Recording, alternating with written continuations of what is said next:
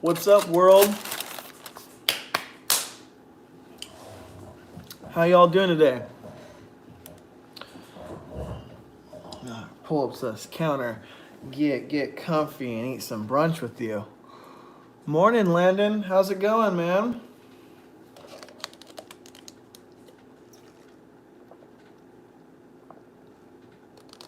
Ah, good timing, Frank. Good timing. Got myself some plant power. Yes, he's back to work. Dropped her off. Hit the drive-thru on the way home. Got myself a breakfast burrito and a coffee shake. And figured you guys can keep me company for a little bit while I ate.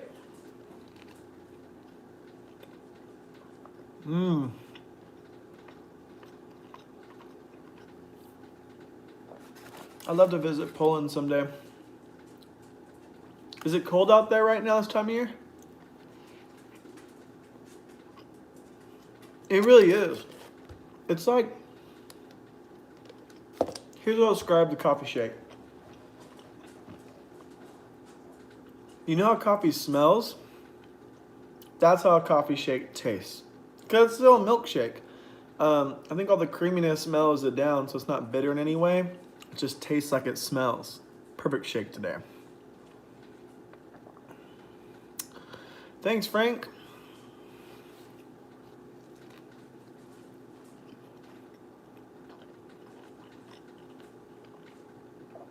You guys see that painting up there? Me and Yessie made that together. You know what, day one? Burritos aren't the same when you leave the West Coast, that's for sure. Yeah, that's one of the biggest things we miss when we're on the road is missing Mexican food. Legit or not, California makes the best, I will say that. Jacob, if you're not good at drawing, you might not be that good at tattooing, honestly. Practice makes better. I want to say perfect. I have a video called How to Get a Tattoo Apprenticeship, I think. Look it up. I give all the tips out there, you know. What made you go vegan? I actually went into great depth on this on a recent live stream. Don't want to get too into it right now. But if you fast forward to like almost the end of one of my recent live streams, I've been going live a lot. I don't want to talk too much about veganism right now. Yeah, I don't know. Long story short, animals, environment, health. There's not a lot of whole reasons not to go vegan other than convenience. But after a long time of wanting and trying, it gets more convenient, new favorite foods, and shakes and burritos at that. Being vegan isn't that bad.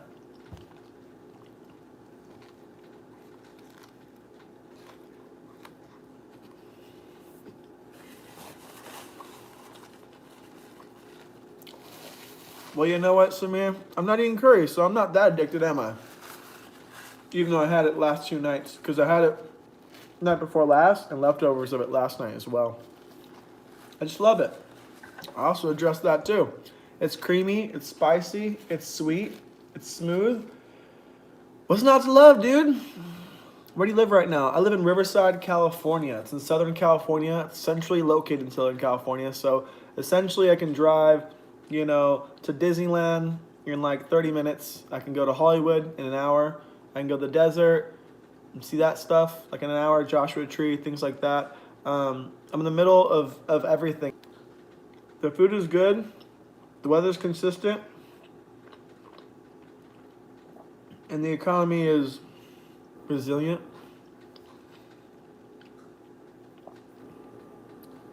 Me and Yessie did that painting together. We made that together as a collaboration.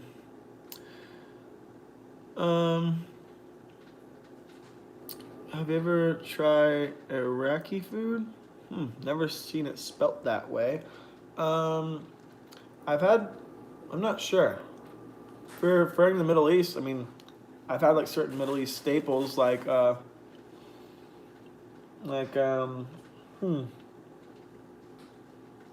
one dish that my aunt makes that's really good. But obviously like stereotypical, I guess, stuff. What? Ooh, someone knows the deep cut. Dingo, huh? Are you a high school friend?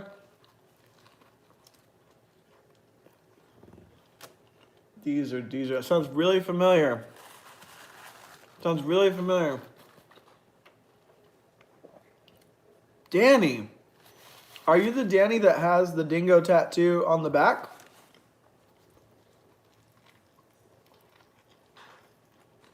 Mmm.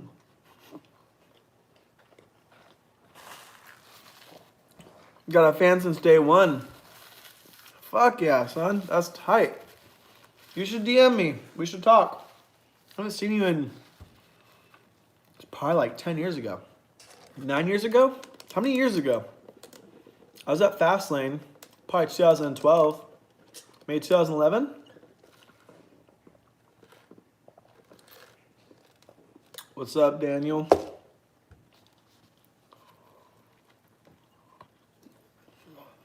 Damn, 10 years ago. I still have the photo of me tattooing your back, too.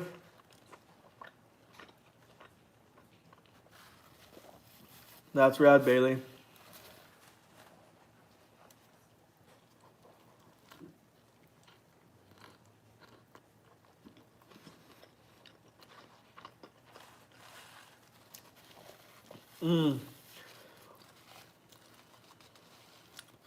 Yeah, damn, I just read a couple comments, mixed them all together, and now I'm confused.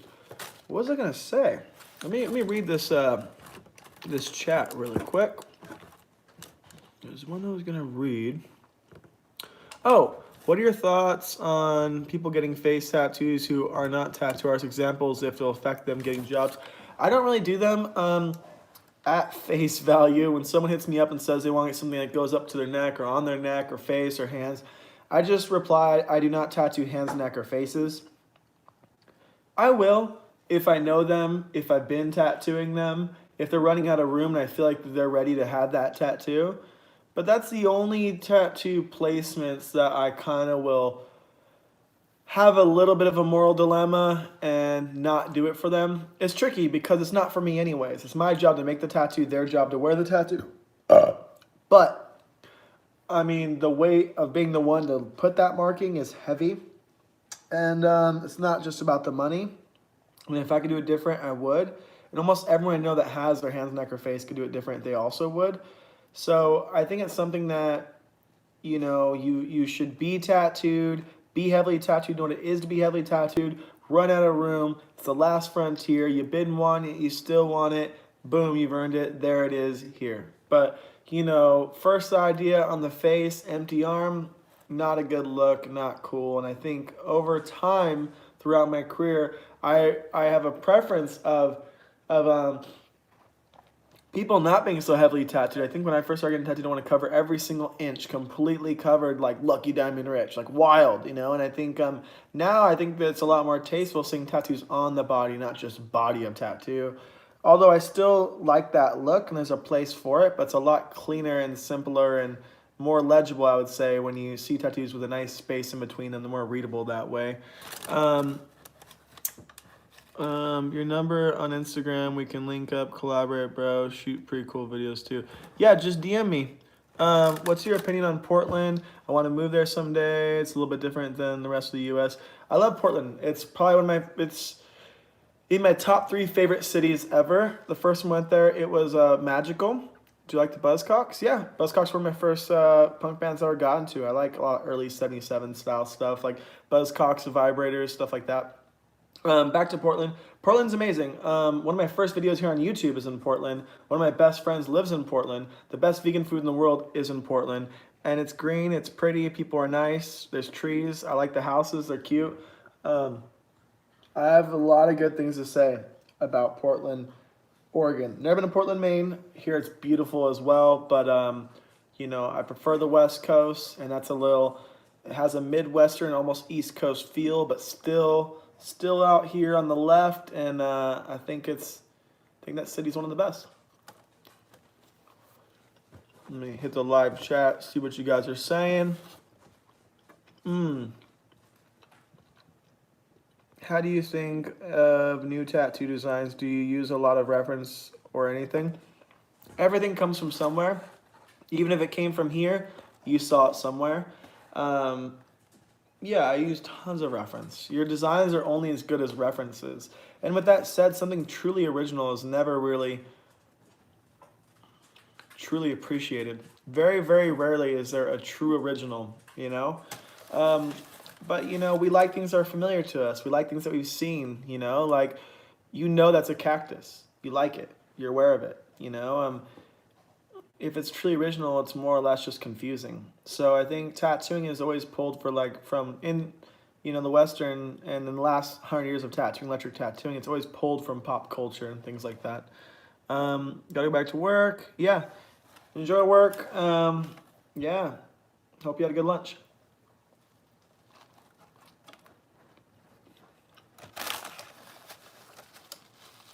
But like, you know, you don't really know where you're at unless you know where you've been, and that gives you guidance where you need to go. And having a reference, something that's been done, is an easy way to have inspiration and idea of how you want to move that design. Add a link to the chain. Say a few words about shading. I like to shade tattoos. What do you think about the Ultra Reference 20? It's gone. It's gone. How's new shop coming along? Sorry, these things fade out really quick. The shop, it's like it was almost done. Needed some finishing carpentry touches, things I couldn't do myself. I could, but I wanted them done professional and perfect to say the least. Couldn't find a carpenter to save my life, and then with the whole pandemic hitting, just nearly impossible. My buddy Barry, who did a lot of stuff on my bus, he was gonna come down from Oregon to see us, and he was gonna come down the end of this month. And I actually texted him, he just flaked out on me today, so I don't know what I'm gonna do. I'm gonna go and see if you read the comment again. What do you think about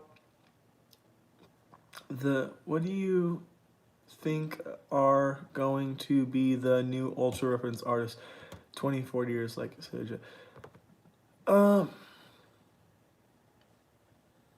learning to tattoo yourself just out of finding a new hobby? I don't know what that question was. You know, I don't know. I don't think there ever will be another. Well, there's trends that happen in tattooing currently right now. I can point to, but even the trends right now aren't from right now, right? Like, I mean, barbed wire is back in fad, and that's not from right now. I don't know. I don't know what will be the new thing, but I think the new thing will be disregarded and uncool, to say the least, because it's new. When it catches on, it will, as cool as it is, as quickly as it will just as quickly fade out and be like, oh, you got one of those. Like, you got flames from 1995 to 2005. You have nautical stars on your elbows because you got them in 2005 to 2010. You got tribal because you were from 1980 to 1995. Like, there's these eras in tattooing, and some of them carry, you know, embarrassing weight, a little bit dated to say, but some can stand the test of time, and the only guaranteed way to have a tattoo that doesn't have an expiration date is pick one that's lived on through the decades and decades. So simple is best, less is more, and classic is always current, I would say.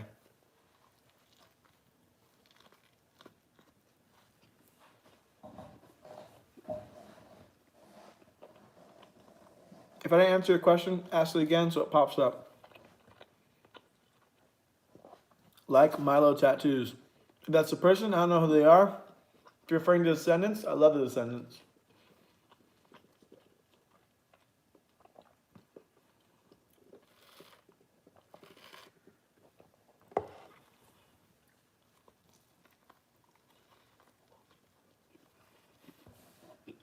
You know, not one person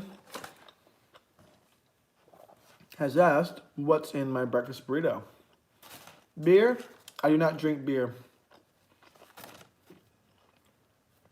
Never have and never will. I'm a square, you see. I'm a straight edge dude that doesn't drink. Boring, boring, boring. I just draw little kid pictures. Boop. Tat with the fresh to death white button up. You know what, Michael? I just got this. Came in the mail today. Came from England. It's a classic Ben Sherman Been wanting this shirt for years. It is a salt lamp. I love this thing. Cheap, common, and very cool. Tofu scramble, you are close. Yes, there is spinach, there's tofu scramble, there's chipotle sauce, there's breakfast sausage, and there is hash brown. All vegan, all good, all day. Plant power starts the day. Damn, I should get paid.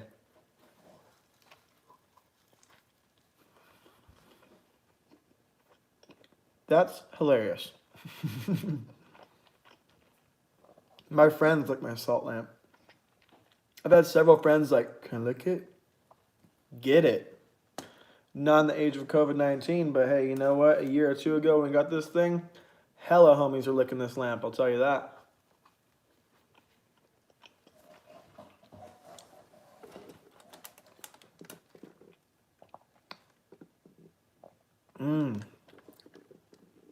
As you should. I was curious to see if it was actually salty. Not afraid to admit. I licked mine. Yeah. Yeah, they're fairly common. I think I got this like a Ross. They're pretty cheap. They're pretty abundant.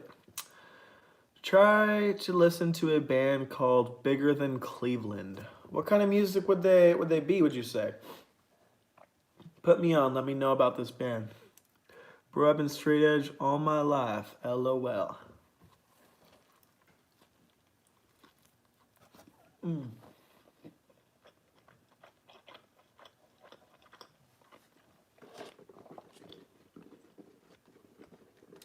That's how you know it's a shake. You give it a shake.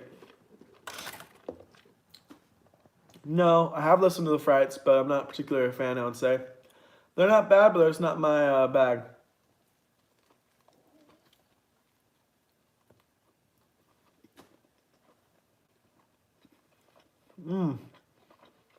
I do have some advice. Get the Happy Cow app on your phone. It's like Yelp for vegans. And it's amazing. It's helped me find food all around the world. Yeah, it's incredible. Happy Cow. I even used it here locally just to like find where the directions were to the place I went to last time. You can leave reviews there. You can read reviews there. You can search vegetarian, veg friendly, vegan.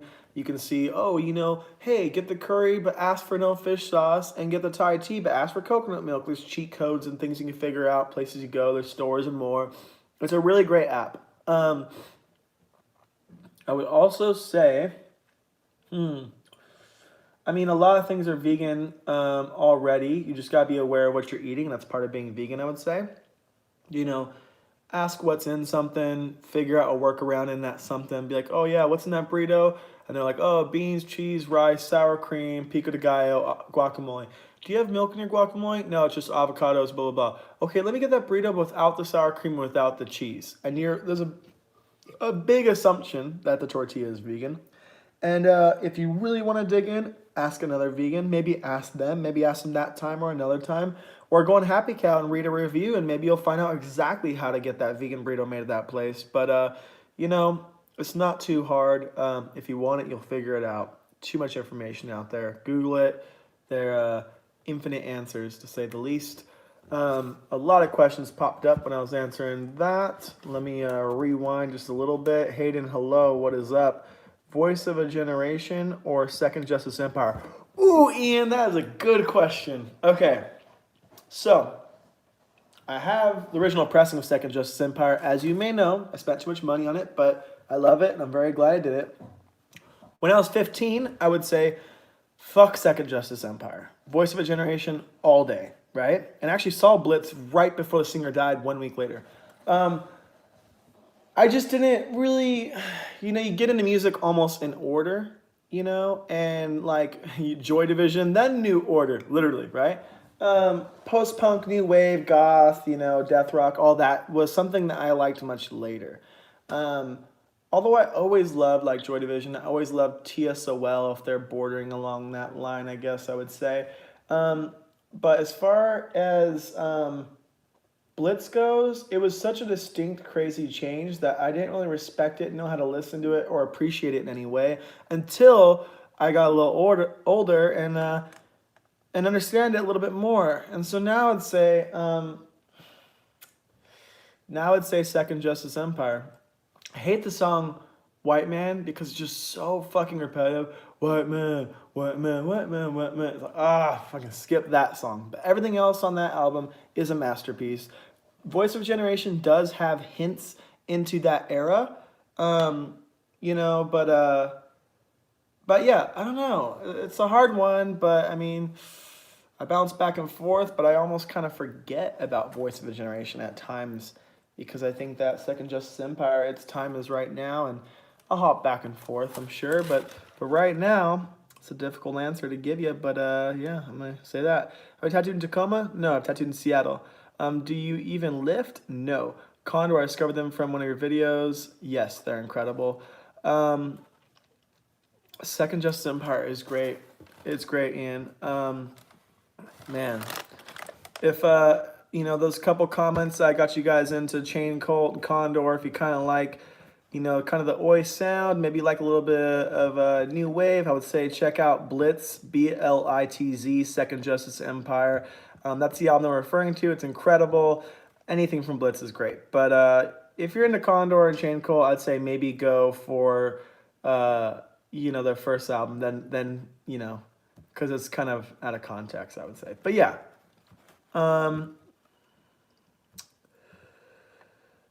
Yeah. Oh shoot, just answered my question. Okay. Real deal.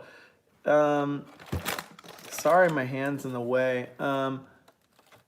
It's an American Guy Live is Israel music between Joe Jackson and Smiths, I think. Oh, what happened? Sorry. I have big fingers. I'm like moving things around.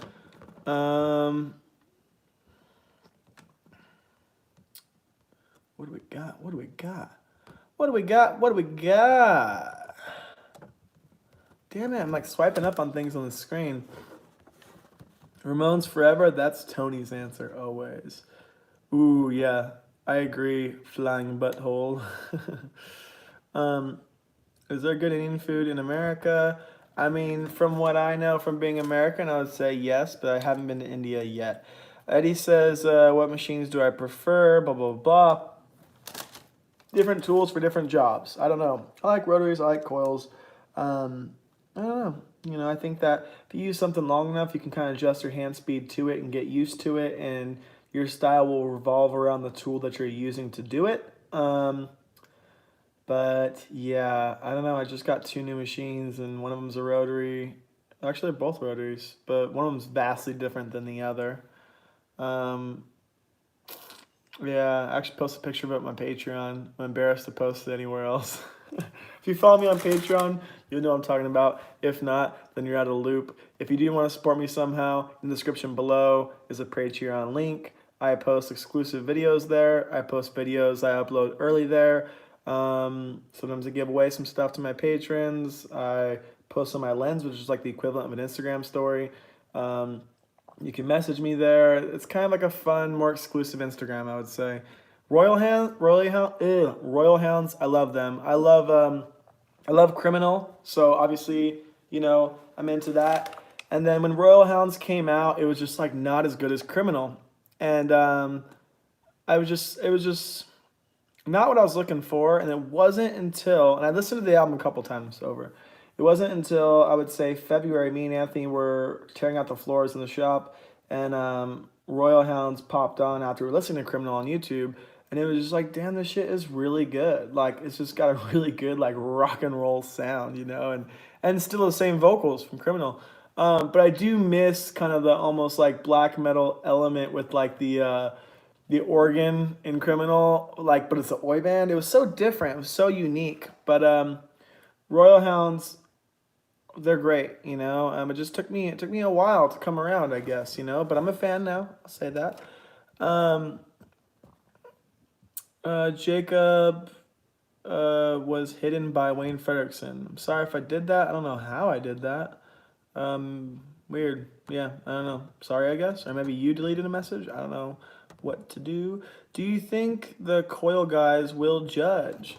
Yes. You know, it's like kind of funny. I remember my friend Redbeard was saying that traditional tattooers are the only tattooers that care about what they dress like and what they use. You know, it's like it's really funny. You know, it's like there's definitely a subculture, a fashion I would say to traditional tattooing, an attitude that comes along with it. And I think a part of that is like being obsessed with the history and carrying it on and thinking that you're doing it wrong by doing it different today.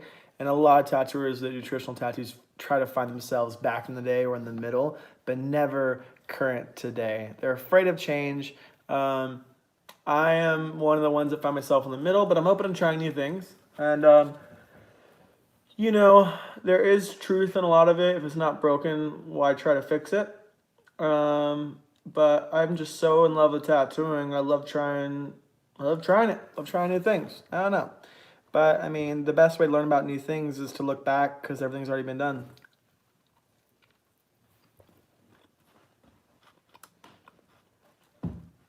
These live streams are fun. I don't mind doing them at all.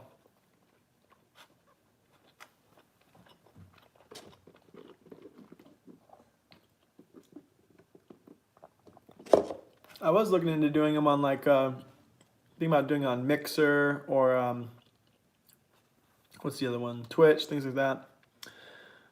Just as your card. Didn't intend to, but that's the lane he's in, and that's fine. You know, if you listen to our interview, I kind of put him on and didn't go too easy on him, and talked about the amount of black he uses and how he definitely is stuck in the past. And the great thing about Nick is that he's very self-aware, um, and you could talk to him like how you talk to someone on the internet, and he can respond to it very, very clearly. You know, I think Nick is one of those people that I can speak to very, very straightforward, and he knows how to communicate in that way, and that's a talent that a lot of people don't have today.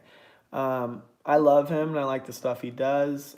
We do things different for different reasons. I'm happy that he exists. But yeah, do I think some of the applications of the old tattooing does it need to persist? Probably not. Am I glad that exists? Yes. Is there too much black in a lot of his tattoos? Yeah.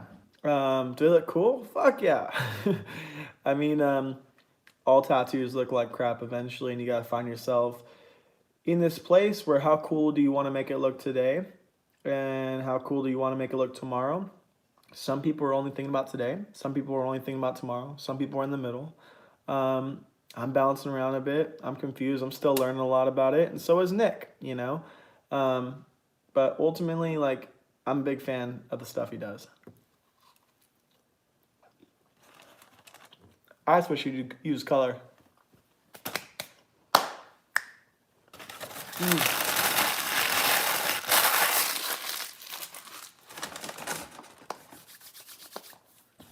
That was solid. Big fan. Oh yeah, but I was looking at doing like live streams, different platforms because they're more native to that platform, more likely to be pushed. Also, might be neat to see what other audience I can gain other places if it's possible. Starting over, I don't know. It's neat. A big reason is copyright issues here on YouTube. I did a couple little live streams where I was playing music and got copyright striked like right away, and I want to know what platform I can use that I can get away with a little bit more. Um, Twitch's setup just looks a little messy. I didn't like it. Kind of confusing. Mixer, the quality looked really clean. And I like that you can view live streams without even being signed in. I think that's a really cool feature. And then the other one, there's one other one. There's Twitch, Mixer, and another one. If you guys know it, list it below. Let me know. I'm not sure. But I know people were DJing on Twitch and playing music, but then I was looking into it, and they're getting copyright strike there now too. The times of them getting away with it is kind of over, I would say. Do you think painting flash on live stream is bad? I streamed on Twitch, but stayed away from doing any traditional flash on there. You know, it's hard with live streams because I don't want to show every single thing. I think a way of doing that is an angle of the camera that isn't showing too much. I've been looking into the idea of getting a switchboard, multiple camera angles, and having it like camera 1, 2, 3. You know what I mean? And the idea of like, if I could stream a tattoo in the future and I could have like various cameras set up, one close up on top of the lamp, like a GoPro, one from across the room, one kind of near. I could be like, put the setup near my setup and wrap it in barrier film. And I could be tattooing.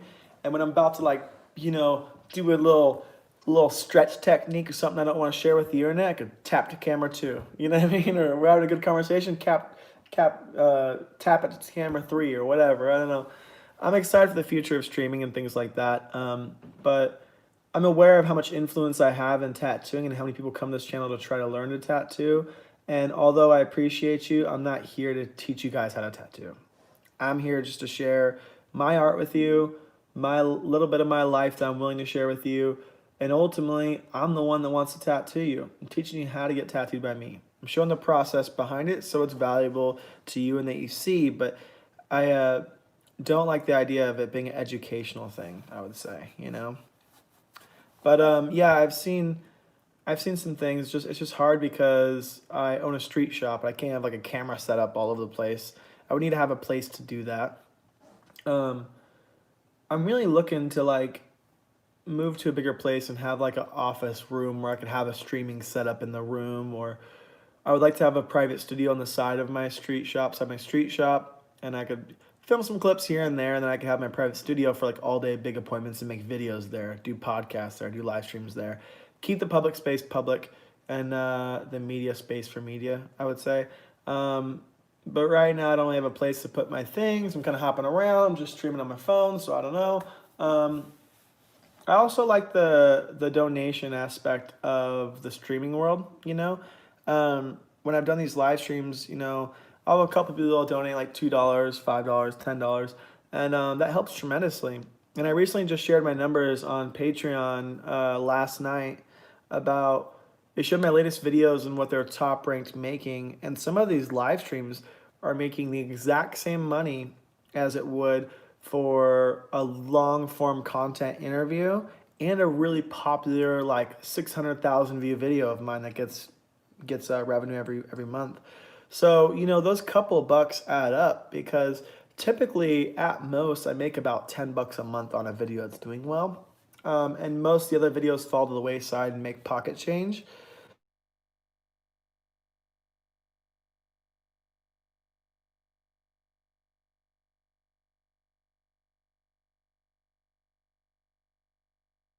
That's why I'm choosing to share more things to Patreon, because I have this like exclusive community of people that want to support me, and they are paying, and I want to give them more things because they're helping me in that way, Oh, I think it said I'm muted. Can you hear me at all? Oh, I'm back? Okay. Yeah, I don't know what happened. I was just kind of saying that, whoa, Justin, I was talking about you earlier. That man right there, Justin Moser, that's my best friend. Someone was asking about Portland and what I thought of it, and I was like, I love it. My best friend lives there, and it's pretty, and people are nice, and the trees are nice, and the houses are nice, and it's still the West Coast, but it feels a little like the Midwest, a little like the East Coast, but still on the left side, which is preferable, I would say. It's cold, but not unbearable like the East Coast for sure. You would know better than I. You've been there for a while, but I miss you. I love you, man. Yeah. Are you on lunch break or what are you doing? I'm on lunch break for the last 3 months. Just had some plant power, son. Had that breakfast burrito and finishing that coffee shake. That's the thing that you don't have in Portland. That's a little flex I do have from Riverside, I would say. That's nice. Should take lemon out to the park. Straight chilling like a villain on penicillin. Listening to Bob Dylan.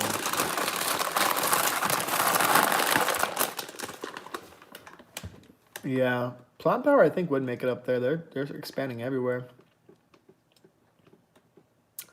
Yeah. Also, Justin, what do you think of this new shirt? This is that new Ben Sherman getup. It's all thick and nice, and soft, almost like denim. Strong. Don't gotta iron it. Look at that collar. Ooh, ooh. Came straight from England this morning. Super hyped on it. This is like the one you see the specials wearing, like the one you see Laurel Aiken in. Like this is like the classic. This is like the classic Ben Sherman. Since 1963. The details, son. The details. Yeah.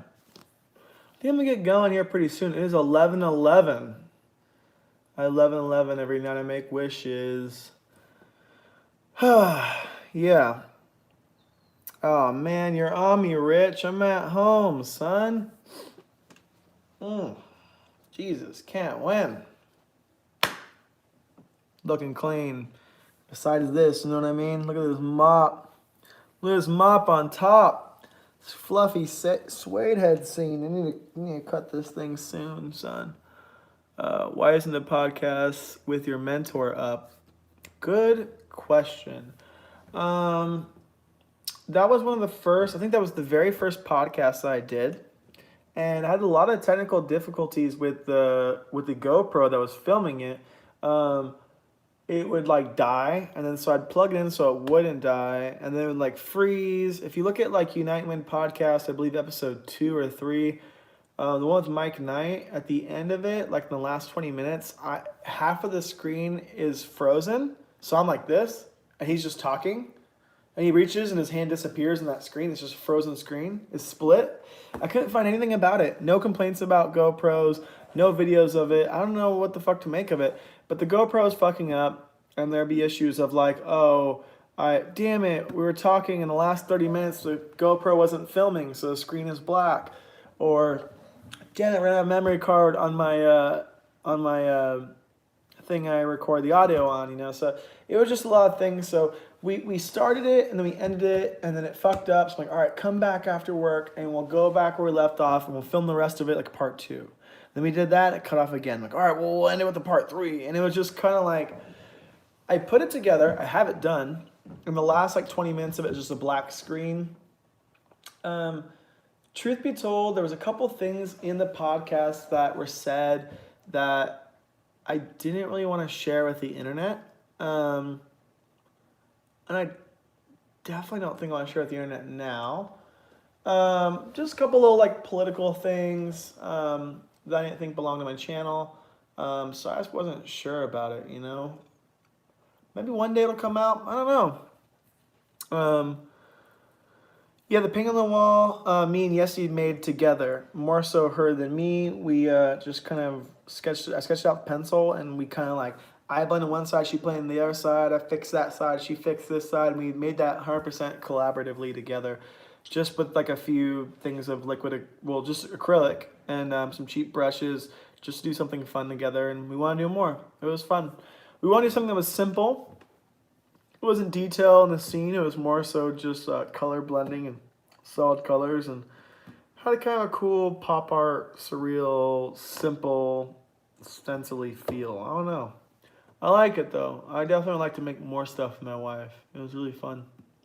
We have more canvases in the garage. We just need to do it and get it done. Yeah. All right, so I'm gonna answer a couple more questions and then I'm gonna head out.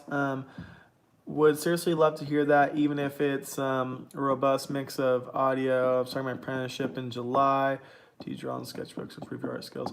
I just draw all the time to improve my art skills. You know what? I'll tell you this. I have an idea. And I'm going to do it whether you're into it or not. But I think I found a solution right now. This is a pitch for the Patreon again. Alert, commercial, Wayne, more content if you're into it. So on the Patreon, I've been wanting to start unlisting older videos here on YouTube and then making them only viewable on Patreon. And then I want to organize those videos under tags. So when you go to my Patreon page, you can find these videos that are only available there, as well as some small talking videos, some extra scenes and stuff that doesn't work in a video. Make that into its own video, put it on Patreon over there as well. But the Patreon page is a place where I feel like safe and there's no trolls and it's only people that want to support what I'm doing and they're excited about whatever they see, and it feels really good to post anything over there, you know. So I would feel really comfortable sharing that podcast on Patreon, but honestly, I wouldn't feel comfortable posting it here on YouTube. And it'd be really nice to get it out there somehow. And maybe if it went over well there, maybe I would post it sometime from then on YouTube one day. I don't know. But I think I'll upload it and I'll put it on Patreon. That's the plan. So, if you want to sign up for Patreon, in the description below this video, $7 a month. And, it makes it so I make a little money off of this. And you're my sponsor, not Manscaped, not Starbucks or Plant Power or whatever. The listener, the watcher, the viewer. Maybe you can't get tattooed by me or whatever, but you can do that, And also I announce like exclusive merch before it comes out. I share the link there so everyone there gets a chance to buy it before it sells out. I've also given away things on there as well. So it's just kind of like the small thing that I want to build bigger. And, I also would like to start moving things over there. I've been posting tattoos, a lot of things there. I also had an idea where the more it grows, the more I want to do for that, community over there. But the one thing I really want to do is I want to start like sharing tattoos on Patreon and then only sharing healed photos on Instagram. So maybe I'll post some Instagram story and it goes away. But on my Instagram page, it's only healed photos that you'll see on my page. I'll just start deleting them off, and just only having healed photos up. And Patreon, you'll see the new tattoos I made that day. You should make TikToks. David Dobrik has changed platforms and primary posts on there. Something, blah, blah, blah. Sorry, it was too long. I disappeared from there. I don't like TikTok. I hate it. I made a TikTok and I just do not like it. I just don't like the style of content. For me, being aware of David Dobrik, he was a Vine guy. TikTok is Vine, so it makes sense that he would go back to something like that, especially with that platform growing so rapidly. But I just don't really have any interest in it. I genuinely like Instagram. I use Instagram and I use YouTube. TikTok, it would be dishonest and work. I don't know. It's just not what I'm into. I just don't like the trends. I don't like the same song. Like my wife watches TikTok and, it seems like every other video is the same fucking song and the same pre-edited programmed video, the same cuts on the beat, and it just kills me. That repetition is so fucking annoying. And then I want to see adults like dance shitty to popular songs. And I want to watch adults like try to lip sing shitty songs. It's just not the platform for me. I'm sure there's cool people on TikTok doing other things, but the trending things that are doing well on TikTok, the reason to go to TikTok, the success you could gain from TikTok isn't the lane that I want to be in anyways. What's up, Chris? You're just catching me at the end of this. Rewind if you care to do so, but I'm about to get going right now. This is a fun one. It was really cool. It was cool seeing Danny in here. It was cool seeing Justin in here. It was cool seeing some familiar names like you, Chris. Let's see if I can get your question answered real quick. Do tattoo artists get bothered when customers ask if they use clean needles? Yeah, so that's literally exactly, that's, all right. Common sense isn't so common sometimes, so I'll explain it here because I assume you're asking because you don't know, and maybe it's naive for me to hear. But needles are cheap. Every tattoo artist, it's not even like a choice; it's an absolute requirement to use a new needle every time. I don't know any tattoo artist that reuses needles. If they are, they must be really, really fucking broke and tattooing in prison or at home. And even people at home, like, I know there's like shitty tattoo supply companies that sell tattoo needles in singles. No one's reusing needles. It's not a thing.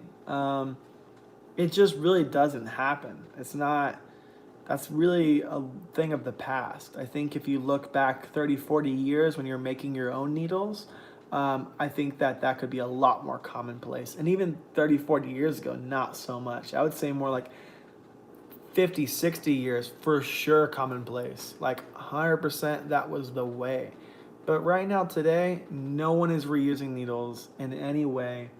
One thing to be aware of that isn't being really concerned about, which is concerning, is tattooers reusing metal tubes. There's a difference between clean and sterile. And clients and regular people who don't have any healthcare, like uh, training or bloodborne pathogens training, I should say, aren't aware of what sterile even means. But I mean, a lot of these tattoo machine, like pens and cartridge clipping on tattoo machines that don't make noise and such, people will just wrap up their machine like a condom on a dick, and they'll click on their needle and they'll make their tattoo.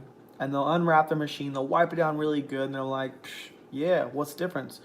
I barrier filmed it, it's clean, just like anything else that I would touch, this and that." But clean is not sterile. And even if they did barrier the outside of that grip, the cartridge tip, you know, maybe it has a membrane in it that doesn't allow ink to spit up into the grip, but you're still clicking out that cartridge, setting on your setup, grabbing the other cartridge with your hand covered in ink and blood, touching the whole cartridge, possibly the back, clicking it in, so there is still cross-contamination happening inside of the grip, you know. And so to wipe it down, you have to really get mad side and wipe around, wipe inside, maybe a Q-tip. But the proper way to do that would be to properly clean it and then properly process and sterilize it. And I see a lot of tattooers with the workaround of just wrapping it up, wiping it down, clicking new cartridges in, and thinking that practice is sound, it's safe, and this and that. And you know, it's not necessarily super dangerous, but it's not necessarily super correct, and it's not the way to do things, you know. But it's the way things are getting done, and they shouldn't be. It's definitely a step back in time. Maybe we'll learn more about maybe soon these hard surface disinfectant cleaners will be hard enough to replace sterilization. But if so, how hard is that chemical in your station? It sounds kind of dangerous. I don't know. Use disposable tubes, use disposable grips, use disposable needles. It's very commonplace. But you know, the rotary cartridge clipping on machines, be aware of your artist not using disposable grips there. This is very, very, very common. And I think even health inspectors aren't really aware of this. So sorry to everyone reusing their tubes. Kind of fucked you over maybe, but hey, you should take what you do a little bit more seriously. So with that being said, I'm going to end this live stream here. And let me make sure. Yeah, okay, all right. Tigers or Panthers? Panthers. How much are tattoos? A lot. Or a little if you get reusable needles. If someone has super original design on one of their flash sheets, can you tattoo them? Uncool. Plagiarism is plagiarism. If someone worked really hard to make their thing, how good do you think that they would feel about someone taking that thing and profiting off that thing? Not very good. I think that's obvious. But yeah, you know, if you don't know yet, now you know. Out of respect for the artist, I would say get the art that you like made by the artist that made it. And if you don't value their art enough to get it from them, or to pay it, or to travel for it, or to pay attention, or email them, it's all on you, man. Like, I mean, this is the generation of people that don't value anything. We want music for free. We want this video for free. We want everything for free. So I guess it depends on how much you value your tattoo. You know, I've gotten asked questions of like, hey, I got an email last night of like, hey, I love your work, but I live in Australia. Would you be open to designing me a tattoo for me to take to a different tattoo artist? I love your videos. I followed them closely. Like, well, if you follow them closely, I've been to Australia twice in the last year. I have good friends. I have a good fan base. I have good clientele there. I will return to Australia. So you very well can get a tattoo from me in Australia if you're open to signing up for the email list and waiting, or if you value it enough, plan your U.S. trip and come get it guaranteed. But the offensive part in it is that people think that if they have the imagery, then they got it.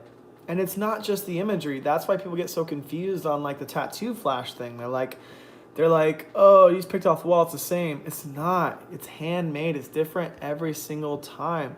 The size needle I use, the machine I use, the technique I use, what I use to shade it, what colors I use, you know, the technique as I was doing it, and how I treated you, and the aftercare I suggested, and everything that went into that is 100% my experience that you won't get from someone else.